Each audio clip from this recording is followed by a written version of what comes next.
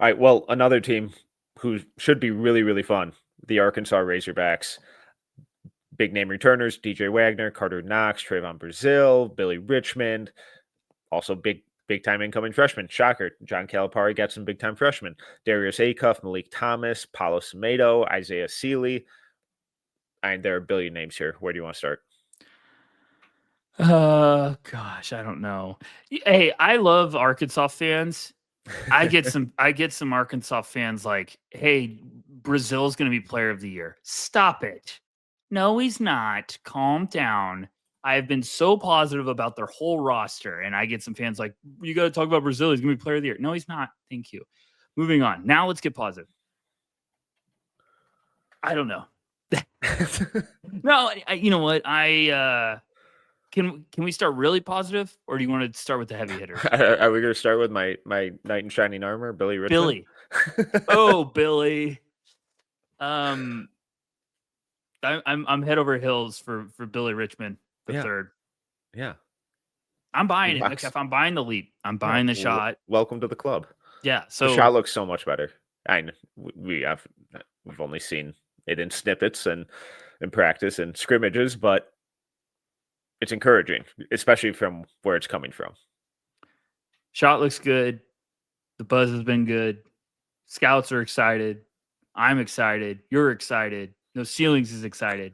Everyone's excited for Billy Richmond year. If you haven't watched him, you're missing a treat, because this is just your dream breakout candidate. And I literally think it's just the shot. It's just got to get respectable, because he's tall, he's feisty on defense, he's got good playmaking, he's nasty, he's athletic, he rocks. So that's all I got.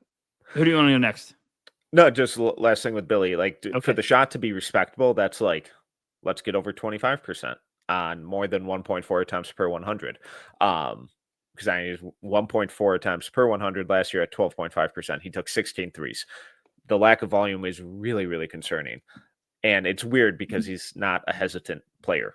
In fact, I would describe him as the exact opposite of that. But if the game can slow down a little more, like mentally for him, and the ball security just gets a little better, the shooting and scoring efficiency just gets a little better, and the way he impacts winning is so much fun.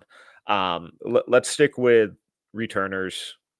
Carter Knox, I really, really want to work. I just need a little more FU energy from him on the court. I need him to want it a little more.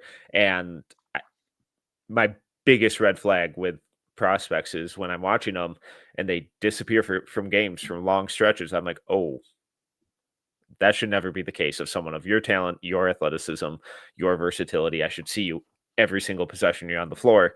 And unfortunately, even though I really liked how Knox finished last year, I just rarely get that impression from him. Yeah, I like Carter Knox a lot. Every time I watch him, I find something that I'm like, okay, I'm intrigued here. I'm buying. And it's not hard to buy in. You're talking 6'7", good size, good strength, good frame, athletic, can shoot it. Like, if you watched him for the first time and it's on a good day, you'd be like, oh gosh, lottery pick. This is your NBA wing or your NBA forward. This is oozing with talent. But like, it's just the consistency.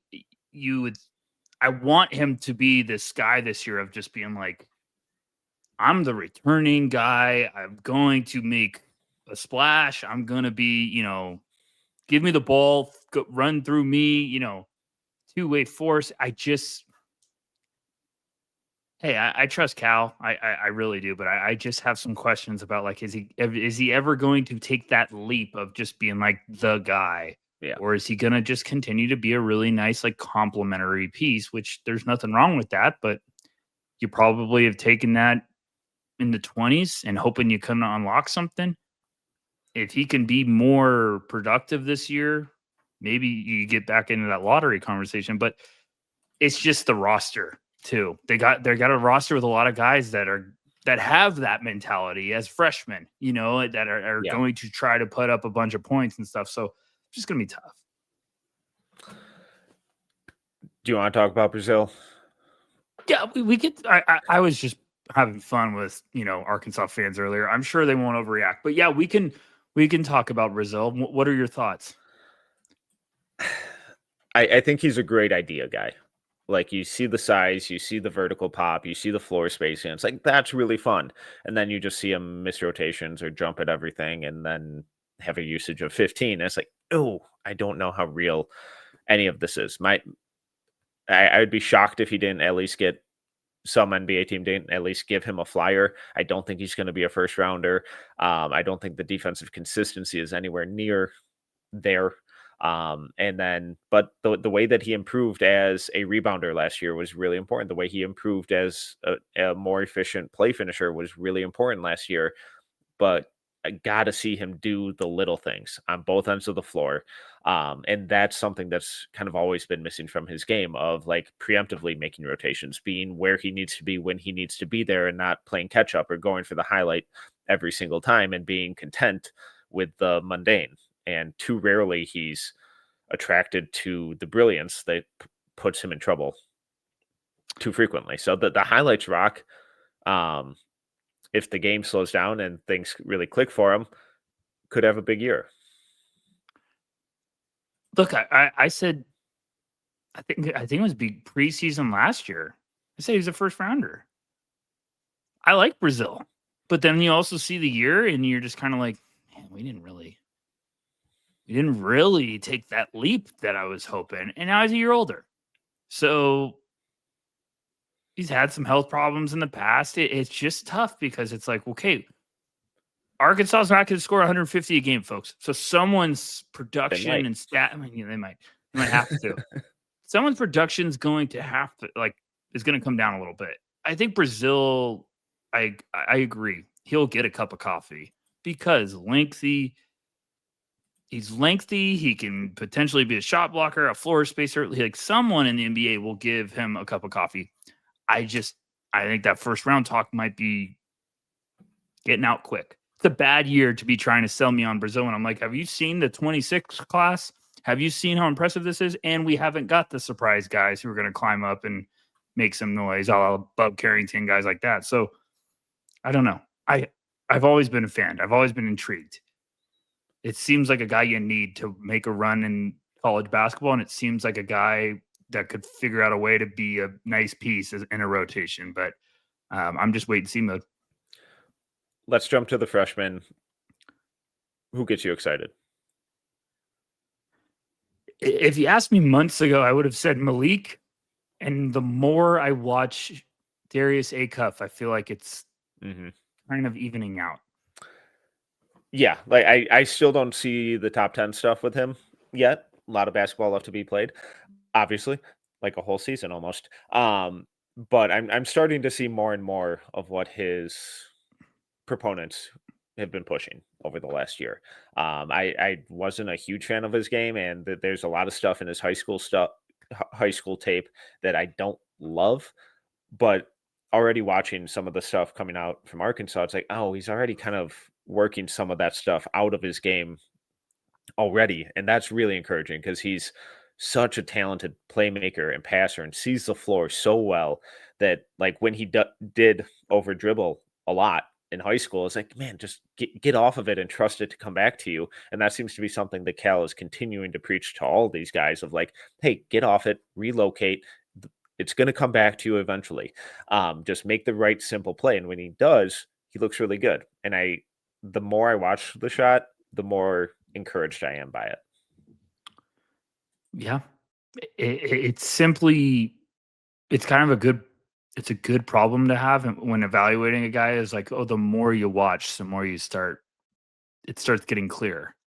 Those are the easy ones. When you start low and you're all of a sudden like, oh, I'm starting to see it. With Acuff, I was just, from the beginning, when I saw him in person the first time, I was like, this isn't my cup of tea. I got too many questions. And then you go to work. Then you start grinding film and you're like, okay, maybe I saw a bad day, a couple bad days. It happens all the time. I was there for a bad day. We always say after one showing, don't get too high, don't get too low. The more I've watched him, and I'm not just saying the pro day, but like watching some of his film, I'm just like, okay, I see it. Now I'm with you. you got to have a heck of a year to get me in that top 10 convo. But I like where he is. I like the head coach. That he's got a good track record. So I think it's going to be a good year for him. And I know Cal will have a plan, and that could be one that we really start to see something in the middle of the season. And like, okay, here comes Acuff. Here it is. It's all falling together right away. So I'm intrigued. And for the same reasons, I like Meleek a lot. Yeah. First time I saw him, I was like, this isn't night. Kept watching him. I'm in. So it was just one of those things where it's going to be tricky, but if they're efficient and play the way that they can, and we get to see that, consistently throughout the year, they're going to be really awesome prospects. Yeah. And that idea of just plain simple, it, like I mentioned it for Acuff, but it goes tenfold for Meleek. He's so talented. He's so gifted, but man, that dude loves to dribble and dribble and dribble and dribble. And my real hope is that that's just a symptom of the context and of where he was at in high school and AAU, and he was just kind of allowed to do whatever and freestyle and show off the handle and be creative because he's a really dynamic scorer. But he's got to just simplify things. When he does, when he plays quick and decisive, he looks so much better. But too often he's dancing with it and like will gain an advantage and then immediately lose it because he's trying to throw in a fourth counter move that's unnecessary because he already got to a spot. But the talent is too good for kind of the style he plays. And I'm really hoping that a little more structure and a bunch of other teammates who can handle the ball, who can initiate the offense and take a lot of those more primary responsibilities away from him, allow him to shift more into more of a natural two-guard role where he can just be a little more decisive off the catch. Yep, completely agree. All right, who else you got? Hit me with Arkansas. Last time I got Isaiah Sealy. Really intrigued by this dude. Just kind of smooth, crafty athlete, not very explosive, but shot looks good. And some of the playmaking stuff with him rocks. No idea what his playing time or anything will look like this year. But the kid's got talent, especially long term. That's all I got on Arkansas. Anyone else for you? That's the only names I have for me. We started with Billy, and I just like, okay, I'm set now. But it's going to be a fun Arkansas team. TJ Wagner's obviously coming back, and guys like that. Just want to see who rises to the. I want to see what the rotation looks like, and I want to see like who, a couple weeks in, I'm like, oh, this is who's going to be the guy. It's going to be the freshman, or it's going to be the returners taking a step up. Like, I just want to see how it unfolds, and maybe it's a perfect balance, and they're just deep this year, and Arkansas is going to be a tough one to deal with. I don't know. Could go so many ways. It's going to be a fun team.